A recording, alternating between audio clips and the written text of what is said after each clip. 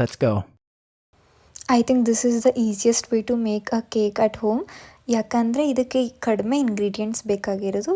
ಅದರಲ್ಲಿ ನಾವು ಸ್ವಂತ ಮಾಡೋದೇನಿಲ್ಲ. ಬಿಸ್ಕೆಟ್ ಸಿಗುತ್ತಲ್ಲ, ಬೋರ್ಬನ್ ಅಥವಾ ಓರಿಯೋ ಯಾವುದಾದ್ರೂ ಬಿಸ್ಕೆಟ್ ತೊಗೊಳ್ಳಿ. ನಾನಿಲ್ಲಿ ಬೋರ್ಬನ್ ಬಿಸ್ಕೆಟ್ ತೊಗೊಂಡಿದ್ದೀನಿ 2 ಪ್ಯಾಕೆಟು. ಅದನ್ನು ಚೆನ್ನಾಗಿ ಕ್ರಷ್ ಮಾಡಿ 1 ರೌಂಡ್ ಗ್ರೈಂಡ್ ಮಾಡಿ ಆ ಪೌಡರ್ನ ಒಂದು ಬೌಲ್ಗೆ ಹಾಕ್ಕೋಬೇಕು. ಬೌಲ್ಗೆ ಹಾಕ್ಕೊಂಡಾದ್ಮೇಲೆ ಅದಕ್ಕೆ ನಾವು ಏನಿಲ್ಲ ಅಂದರೂ ಒಂದು ಅರ್ಧ ಸ್ಪೂನಷ್ಟು ಸೋಡಾ ಹಾಕ್ಕೋಬೇಕು. ಮನೆಯಲ್ಲೇ ಸೋಡಾ ಸಿಗುತ್ತೆ. ಇನ್ ಕೇಸ್ ಸೋಡಾ ಇಲ್ಲ ಅಂತಂದರೆ ಈನೋ ಪೌಡರ್ ಬರುತ್ತಲ್ಲ ಶಾಪಲ್ಲಿ, ಈನೋ ಪೌಡರ್ನೂ ಕೂಡ ನಾವು ಯೂಸ್ ಮಾಡ್ಕೋಬೋದು. ಹಾಕಿ ಚೆನ್ನಾಗಿ ಮಿಕ್ಸ್ ಮಾಡಿ, ಈಗ ಹಾಲನ್ನ ಸ್ವಲ್ಪ ಸ್ವಲ್ಪನೇ ಹಾಕ್ಕೊಂಡು ಮಿಕ್ಸ್ ಮಾಡ್ಕೋಬೇಕು. ಅದೇನಾದರೂ ಗಂಟಿದ್ರೆ ಅದೆಲ್ಲ ನೀಟಾಗಿ ಕರ್ಗೋವರೆಗೂ ಚೆನ್ನಾಗಿ ಮಿಕ್ಸ್ ಮಾಡ್ಕೊಳ್ಳಿ. ನಿಮಗೆ ಎಷ್ಟು ಬೇಕು ಹಾಲು ಅಷ್ಟು ಹಾಕ್ಕೊಳ್ಳಿ.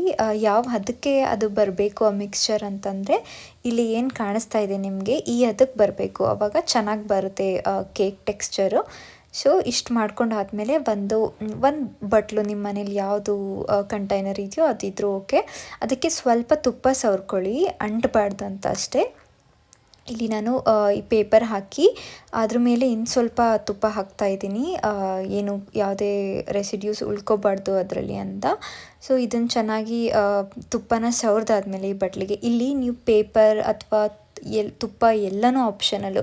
ನಿಮ್ಮ ಮನೇಲಿ ಯಾವುದು ಇದೆಯೋ ಬಟ್ಲು, ಅದಕ್ಕೆ ಸ್ವಲ್ಪ ಎಣ್ಣೆನೂ ಸ್ವಲ್ಪ ಸವರಿ ನೀವು ಯೂಸ್ ಮಾಡ್ಕೋಬೋದು. ಸೊ ಇವಾಗ ಅದೇನಿದೆ ಮಿಕ್ಸ್ಚರ್ನ, ಅದು ಬ್ಯಾಟರ್ನ ಇಲ್ಲಿಗೆ ಶಿಫ್ಟ್ ಮಾಡಿದಾದ್ಮೇಲೆ ಚೆನ್ನಾಗಿ ಈ ಥರ ಟ್ಯಾಪ್ ಮಾಡಬೇಕು. ಆವಾಗ ಯಾವುದೇ ಏರ್ ಗ್ಯಾಪ್ ಇಲ್ಲದೆ ಫಿಲ್ ಆಗುತ್ತೆ. ಇದು ಜಸ್ಟ್ ಡೆಕೋರೇಷನ್ಗೆ ನಾನು ಡ್ರೈ ಫ್ರೂಟ್ಸ್ನ ಯೂಸ್ ಮಾಡಿದ್ದೀನಿ. ಇದನ್ನು ಯೂಸ್ ಮಾಡಬೇಕಂತ ಏನು ಕಂಪಲ್ಸರಿ ಇಲ್ಲ. ನಿಮ್ಮ ಮನೇಲಿ ಏನಿರುತ್ತೋ ಅದನ್ನು ಹಾಕಿ ಡೆಕೋರೇಟ್ ಮಾಡ್ಕೊಳ್ಳಿ. ಅದಾದಮೇಲೆ ನಾನಿಲ್ಲಿ ಆ್ಯಕ್ಚುಲಿ ಓವನಲ್ಲಿ ಮಾಡ್ತಾಯಿದ್ದೀನಿ. 1-2 ನಿಮಿಷ ಪ್ರೀ ಹೀಟ್ ಮಾಡ್ಕೊಂಡು ಮಾಡ್ತಾಯಿದ್ದೀನಿ. ನಿಮಗೆ ಇನ್ನೊಂದು ಆಪ್ಷನಲ್ ವೇ ಅಂತಂದರೆ ನೀವಿದನ್ನ ಕುಕ್ಕರಲ್ಲಿ ಕೂಡ ಮಾಡ್ಕೋಬೋದು. ಕುಕ್ಕರ್ನ ಸ್ವಲ್ಪ ಒಂದು 5 ಮಿನಿಟ್ಸ್ ಅಷ್ಟು ಪ್ರೀ ಹೀಟ್ ಮಾಡಿಕೊಂಡು ಅದರಲ್ಲಿ ಏನಾದರೂ ಒಂದು ಕೆಳಗಡೆ ಬಟ್ಲು ಇಟ್ಬಿಟ್ಟು ಅದ್ರ ಮೇಲೆ ಇದನ್ನಿಟ್ಟು ಓಪನಾಗಿ, ಅಂದರೆ ಏನು ಅದು ಬೆಲ್ಟ್ ಇರಬಾರ್ದು ಮತ್ತು ವಿಷಲ್ ಇರಬಾರ್ದು. ಅದೇ ಥರ ನೀವು ಏನಿಲ್ಲ ಅಂದರೂ 3/4 ಗಂಟೆ ಬೇಯಿಸಿದ್ರೆ ಈ ಕೇಕ್ ರೆಡಿಯಾಗುತ್ತೆ. ನಾನಿಲ್ಲಿ ಓವನಲ್ಲಿ ಮಾಡ್ತಿರೋದ್ರಿಂದ ಇಲ್ಲಿ 25 to 30 ಮಿನಿಟ್ಸ್ ನಾನಿಲ್ಲಿ ಬೇಕ್ ಮಾಡ್ತಾಯಿದ್ದೀನಿ, ಒಂದು 150 ಡಿಗ್ರಿ ಸೆಲ್ಸಿಯಸಲ್ಲಿ. ಅದಾಗಿ ತೆಗೆದಾದ್ಮೇಲೆ ನೀವು ನೋಡ್ಕೋಬೇಕು, ಈಗ ಸ್ಟಿಕ್ ಇಟ್ಟರೆ ಅದು ಯಾವುದೇ ಥರ ಅಂಟ್ಕೋಬಾರ್ದು. ಆವಾಗ ಕೇಕು ಕರೆಕ್ಟ್ ಹದದಲ್ಲಿ ಬೆಂದಿದೆ ಅಂತ ಅರ್ಥ.